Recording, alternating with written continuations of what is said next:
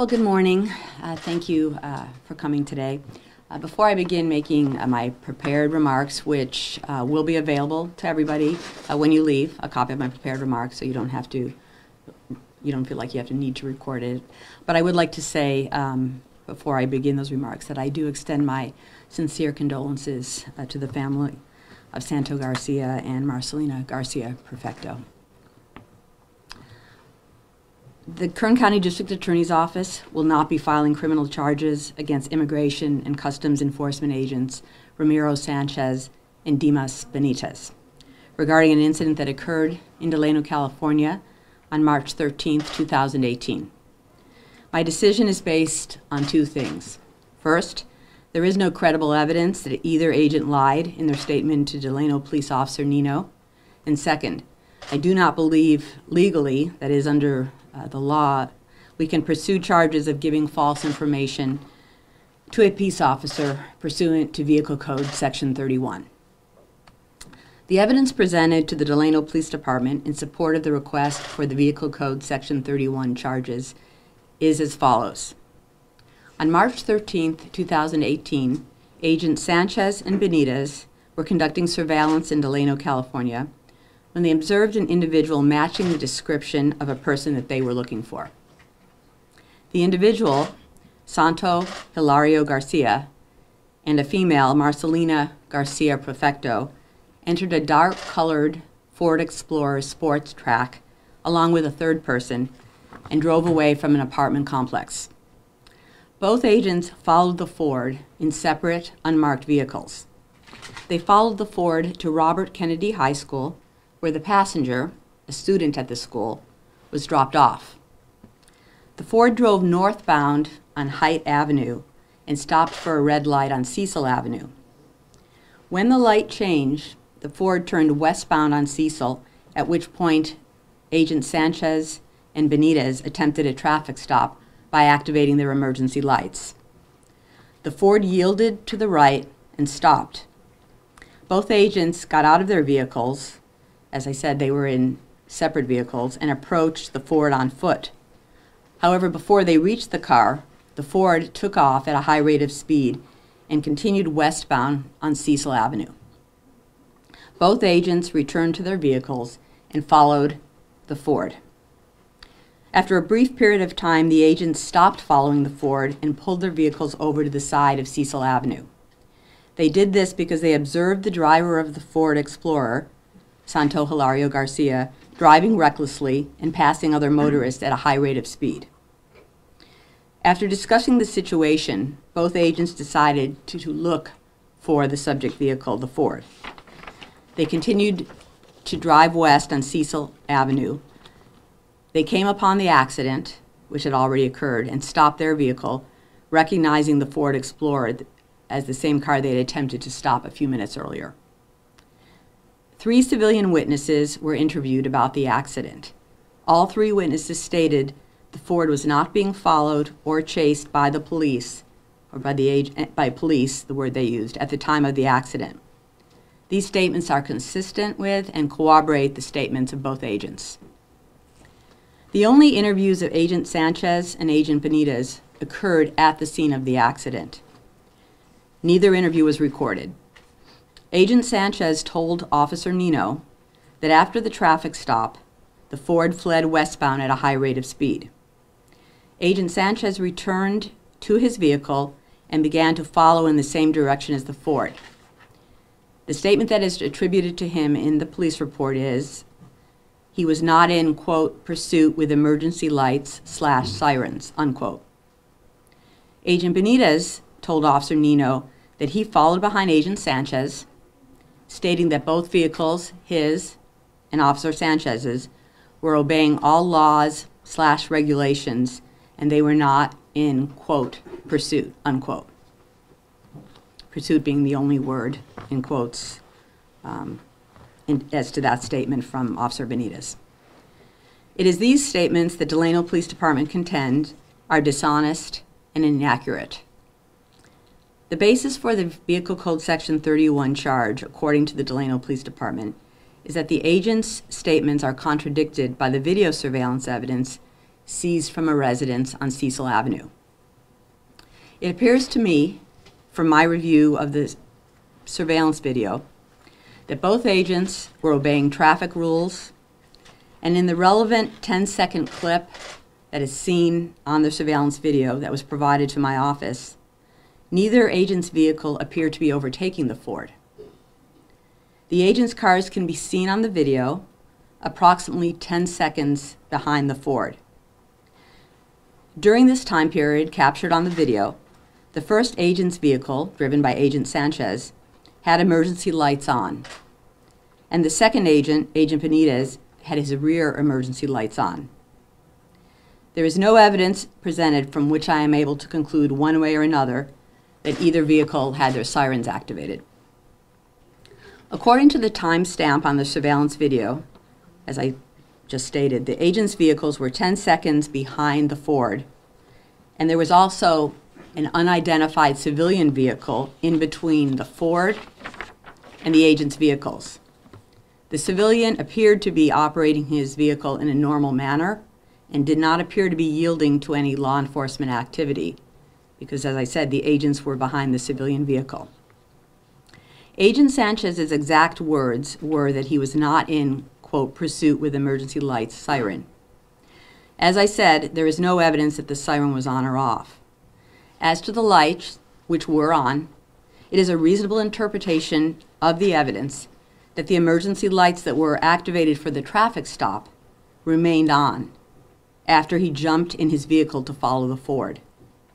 He was never asked by Officer Nino if he had turned his lights off after the traffic stop.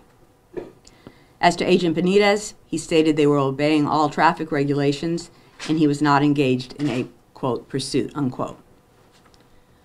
A pursuit, as that term is used in the law enforcement world, describes actively attempting to apprehend a suspect who is attempting to avoid arrest while operating a motor vehicle at high speed and using evasive driving techniques.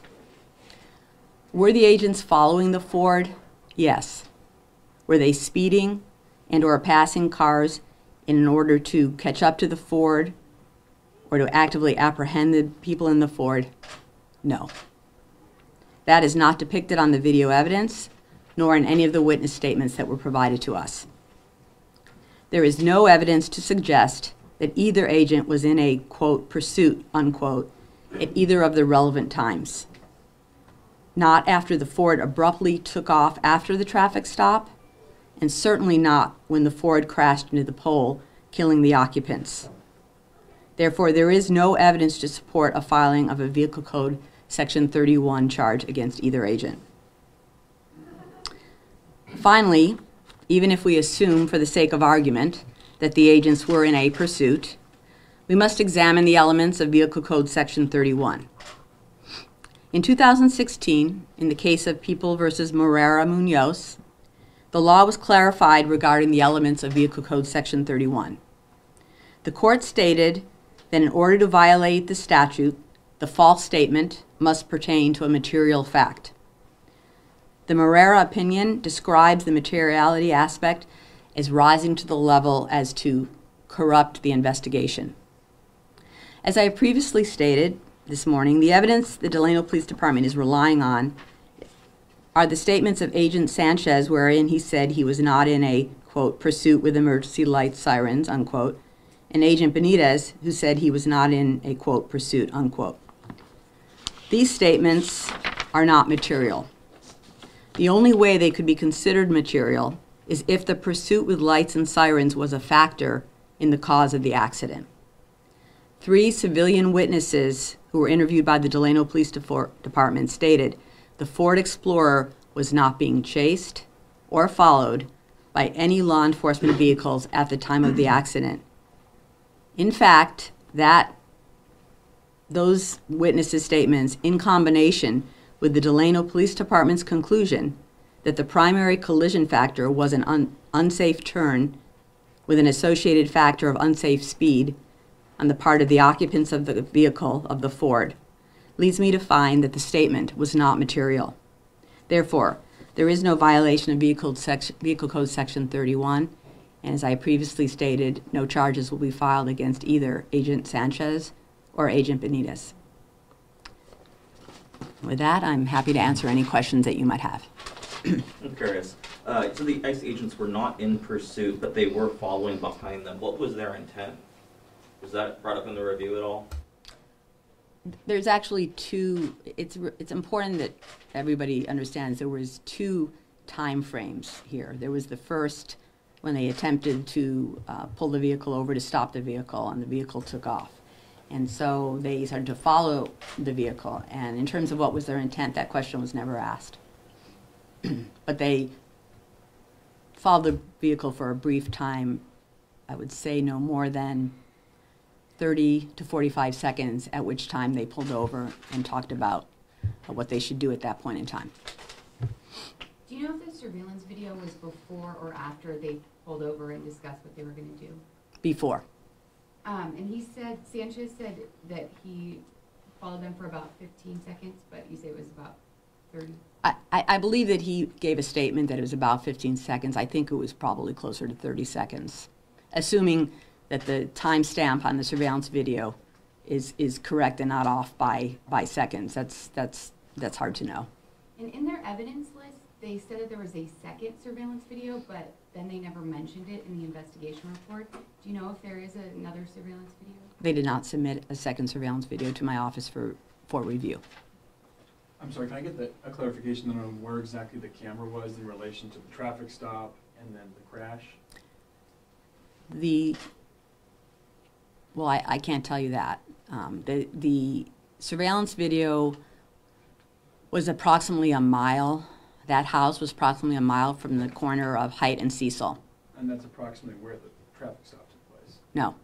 The traffic stop was closer to Haight and Cecil. But again, I don't know the exact point because okay. The officers weren't asked. So you said this was a mile away from, the house was a mile away from Cecil and what? Haight.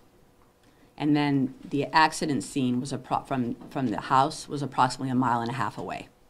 And the immigration agents pulled over to reevaluate the situation. Did the initial sort of abandoning of the chase happen before or after the camera?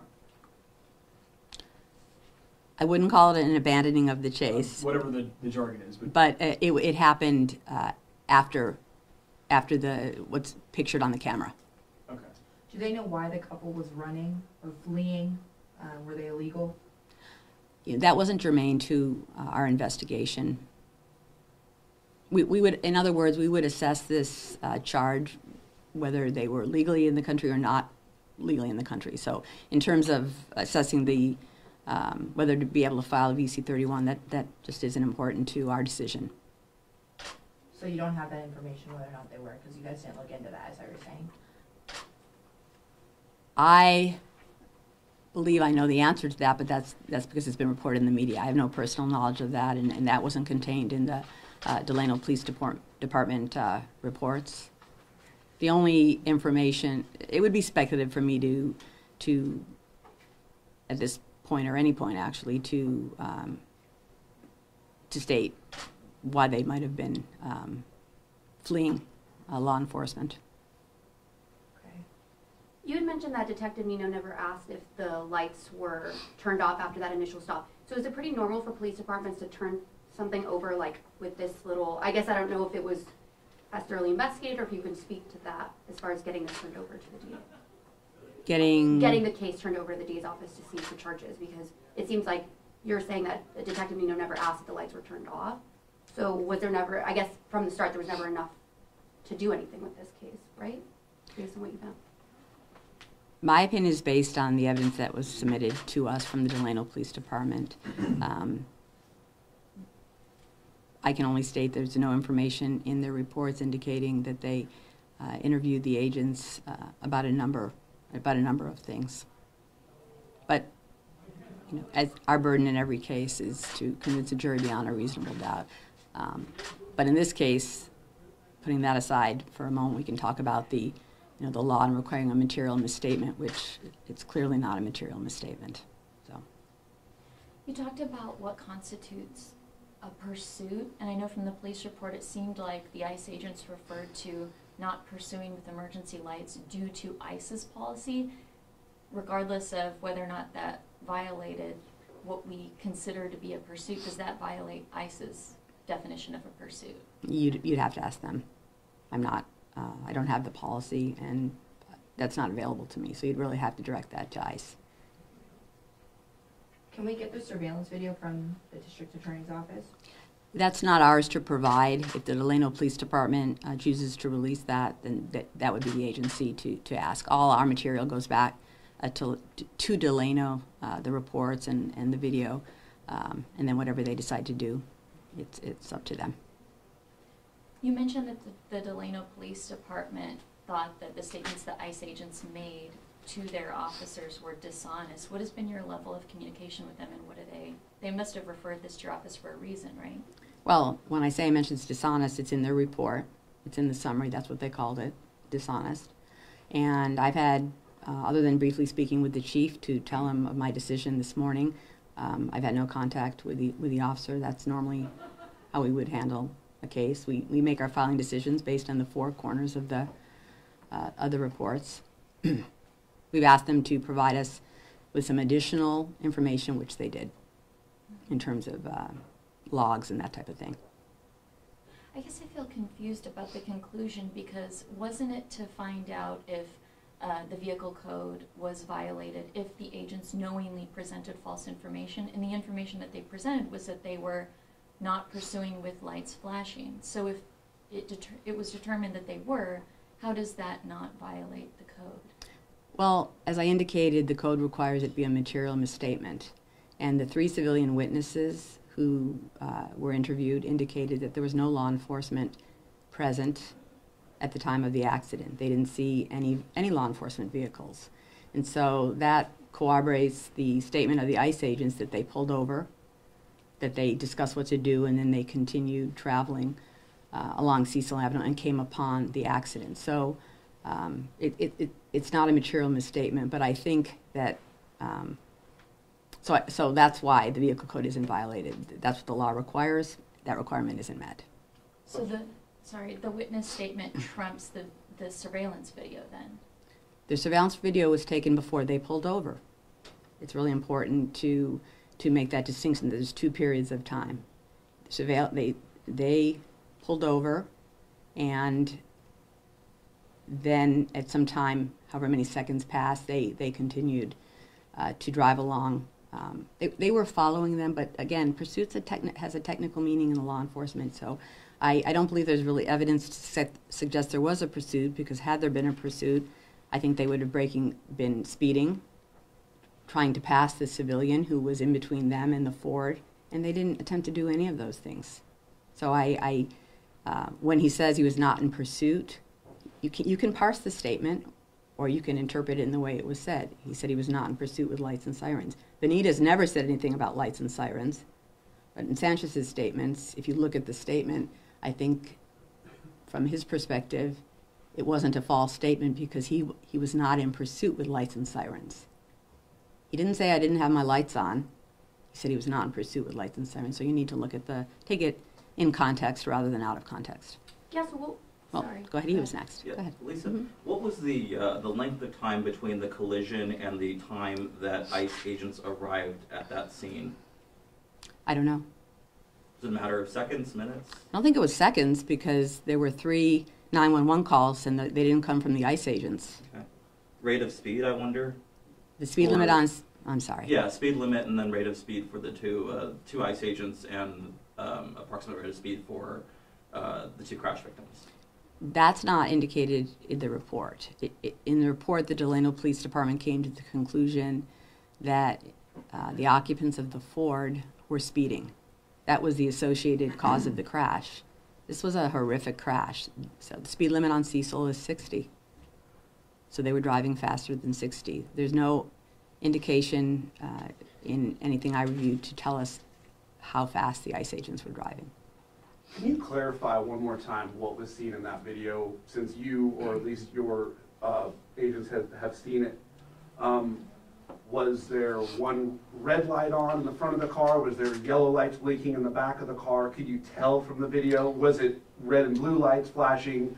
Was there audio? Could you hear whether there was sirens or not? Can you kind of, because we probably won't see that video, and neither will the public, so you can kind of clarify exactly what was in that video. No audio. That's why I said there could be no determination drawn one way or another about sirens being on. What you see when it comes into the frame, this is a residence on Cecil, and they have it, the camera directed towards Cecil Avenue. So you see a car that appears to be the Ford, that appears to be driving very quickly, and so it's in. You see that car at, let me just 1 second. You see that car at 6:48 a.m. and 42 seconds. Then you see another car, that's the unidentified civilian, and then you see what we believe to be are the two ICE agents at 6:48 and 52 seconds. And as I indicated, they, along with the civilian, seem to be driving at a lesser speed than the Ford, although it's impossible to determine miles per hour or anything other than to say the speed limit on that stretch of road is 60 miles per hour. And the lights? Yeah, what did the lights look Yes. like? It's the important Yes, part. yes. The lights on Agent Sanchez's car would be the front lights. They have, so these are unmarked vehicles, and they were two Jeeps. Each of them were driving a Jeep, and so there were lights on the grill. There's a bar light in the front, I believe, in the front area, and then there's a bar light in the back area. So for Sanchez, I believe the bar light was on, and then for Benitez, the back bar light is my understanding. Something like in the windshield, because it's not on top of the car, it's So like, bar. it's unmarked. There's nothing on top of the And car. what color were the lights?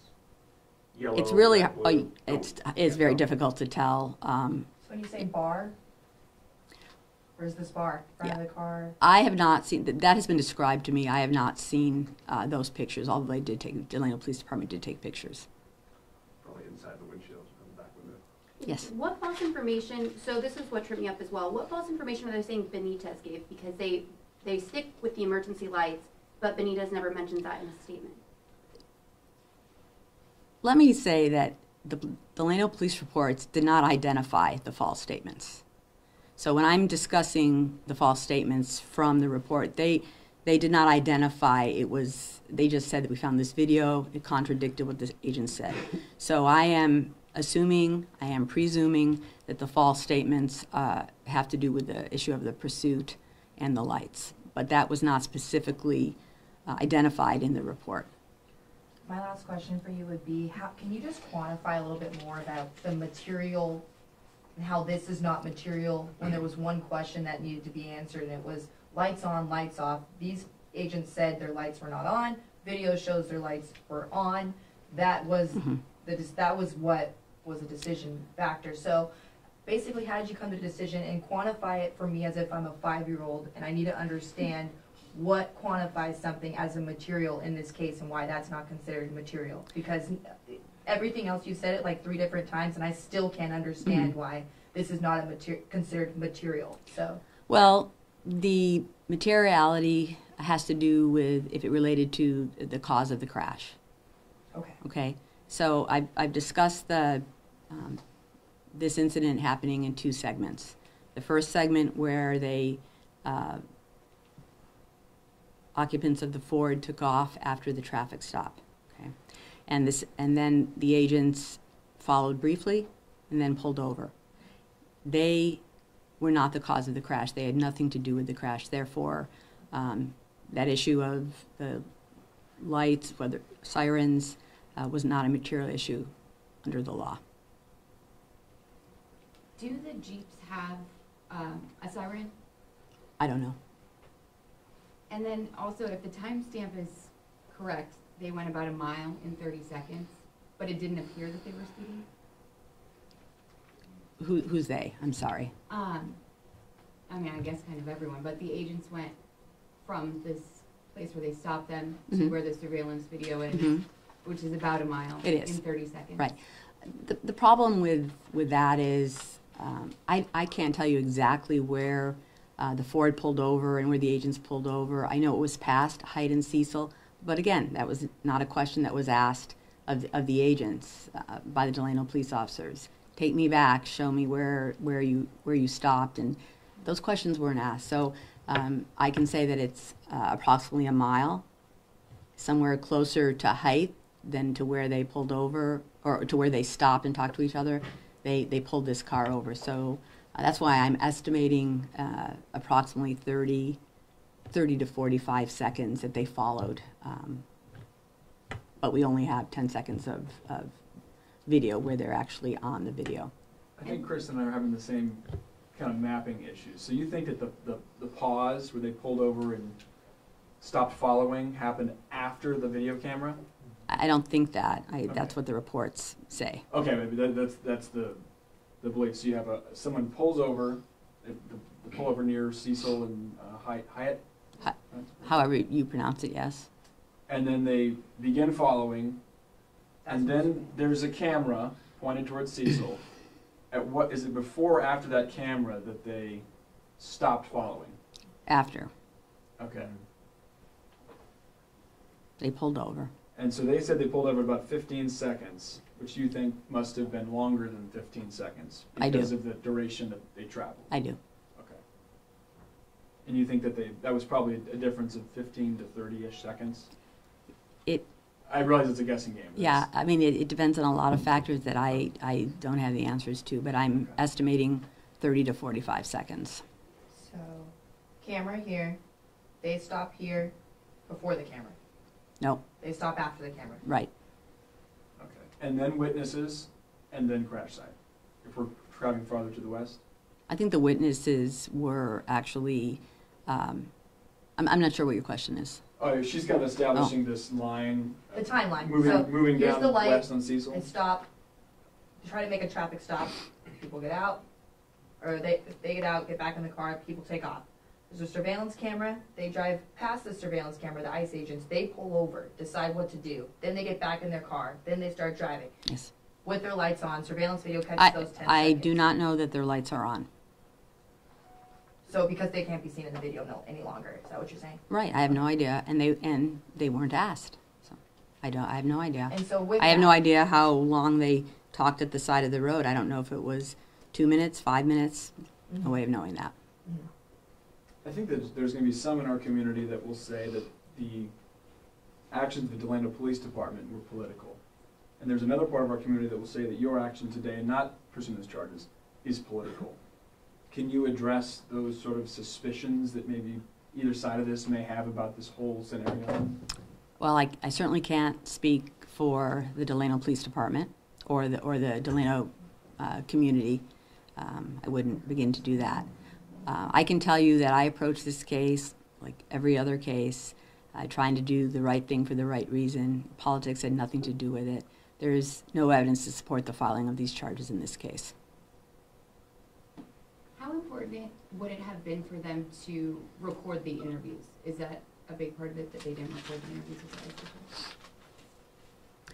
It would have been helpful to put things in context. There's about 6 words in quotes as to one of the agents and 2 words in quotes as to the other. So I think it's very important to understand how this was an at-the-scene interview. There wasn't a later, a more controlled interview or follow-up interview in an interview room. So, we're and I understand how these investigations go, but we're certainly not here to fill in the blanks and to make guesses. We make decisions based on the evidence that is presented to us, and I'm very confident and comfortable that the decision that I made today is the right one.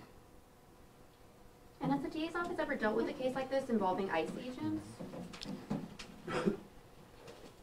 No. The answer is no. I was going to say I've never seen Vehicle Code Section 31 request made on a peace officer. So the information provided in the initial report from the Delano Police Department said that one of the ICE agents had provided dishonest information about their lights on to the police department. Am I correct there?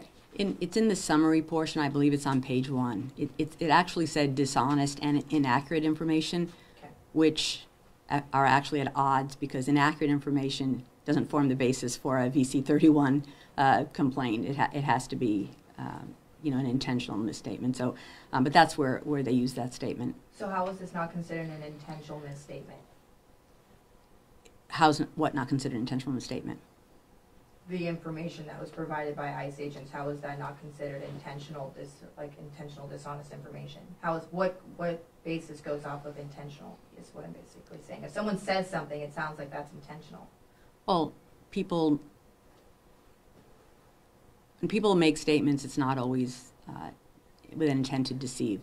And in this case, as I indicated, with the lights on, I believe that the statement taken in context is that his lights were on because he made the traffic stop and activated his lights. I think a lot of the ambiguity could have been alleviated by just a few more questions, and unfortunately, we don't have that. Just a quick note for clarification on the VC 31 charge against a peace officer. The question was whether this had been, we'd ever seen anything like this against a immigration official. You think that this is the first time that someone's requested this charge against a peace officer of any uniform? Well, in this county, In this county? as far as I can remember, Okay. I'm pretty sure I would remember that. I'm not sure if it was part of your investigation, but did you verify that ICE agents did in fact call 911?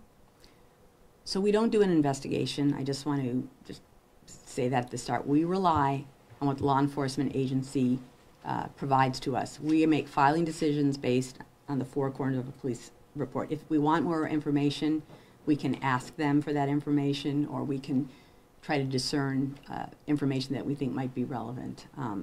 So your question was about, I'm sorry. The 911 call. Yes. We determined that there were three 911 callers. And the three 911 callers were the three civilian witnesses that the Officer Nino with the Delano Police Department interviewed. So that suggests that they were the ones who the Ford was passing, driving erratically. That's what they described. They saw the accident. Three of them all called 911 within 2 to 3 minutes, and then at some point after that, the ICE agents came upon the scene of the crash. 911 had already been called. I don't even know if emergency vehicles were there yet. We don't know exactly what time the ICE agents drove up on the accident because we don't know how long they conferred with each other. So did ICE call 911? Not to my knowledge. Did your office speak at all with ICE? I wasn't sure if there was any communication at all with the agency. There was a brief communication between one of the people in the office with one of the supervisors with ICE. And was it just ask follow-up questions, or what was No, there was no follow-up questions. Just trying to remember what it was that I asked him.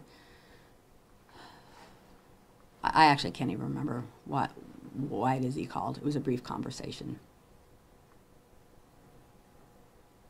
So, if hypothetically, if you guys did decide to charge these ICE agents, what would be the next course of action? Hypothetically. An arraignment.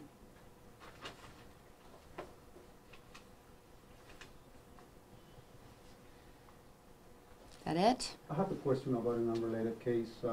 Vicente Benavides Figueroa, and your decision not to retry his case. Is it possible for us to get a comment from you? After this is over, that'd be fine. Okay, great. Yeah. Thank you. Mm-hmm. All right. Well, By thank any you, chance do everyone. I'm sorry. Sure. By any chance, do you have any information as far as the ICE agents? Are they from Bakersfield, or are they some from a different area of Fresno, or do you guys have, by any chance, have that information available? I don't. You know? I don't. So, I'm sorry, another It's all right. question, the last one, I promise. It's okay. So the surveillance video would have been in a different area, like more than the 30 seconds, 45 seconds. The situation would have been different, right? Because pretty much they're claiming that the ICE agent actually lied about being in pursuit with the lights. So if it would have been more than, say, like a minute and a half, probably, that you guys would have proven that the lights were on, like I said, the situation would have been different, right? I'm not sure I understand your question. Okay, so practically what we're saying with the charges is that is that the ICE agents were in pursuit of this couple, and then pretty much you believe it's not enough of a proof because you cannot tell if because of the distance, you cannot tell if the vehicle was actually it was before, right? The 30 seconds. Yeah. Sorry, I'm just not sure what you're asking. Yes, the video surveillance was before they pulled over to discuss their plan of action. I want to make Go ahead. Yeah. Okay. Sorry. I want to make sure I'm absolutely clear here. So lights were definitely on while they were following, but what this really hinges on is the definition of pursuit, because they were not speeding, and they were not overtaking civilian cars. Right. I think it's clear that they were not in pursuit. Okay. But again, if you parse the statement, you know, you separate the word pursuit from not in pursuit from with lights and sirens, then you can parse it and make anything you want of it, I suppose. But it seems very clear from the evidence I reviewed that there was no pursuit. Thank you. So in the surveillance video, you can make out that there were lights on the vehicles. Yes. And then after the surveillance video, at some point, is it entirely possible that they maybe, when they stopped and pulled over, they turned the lights off? Yes. And then that kind of. I don't know, Yeah. but it's possible. Yeah, that goes in line with what the witness statements are, because they said they didn't see them in pursuit with lights and sirens. Yeah, they didn't see them. Yeah, They weren't following them. yeah. At the time of the accident, they didn't see any police vehicles, 3 different witnesses who are not related to anybody in this case. So we look at all the evidence, just like we do in every case. Can you just say again what the definition of pursuit is? That's in the statement that you'll have, but it's. I'm not saying it's. I mean, if you accept ICE's statement on this issue, they weren't in pursuit either. That's what they say, right? Because the policy of ICE is not to be in pursuit, so that is consistent. But the statement that I gave was that a pursuit describes actively attempting to apprehend a suspect who is attempting to avoid arrest while operating a motor vehicle at high speed and using evasive driving techniques. So that's not I'm not saying that's the definition everybody uses, but I think it's an accurate and fair definition. Okay. Thank you all for coming. Okay. Thank you. Thank you. You're welcome.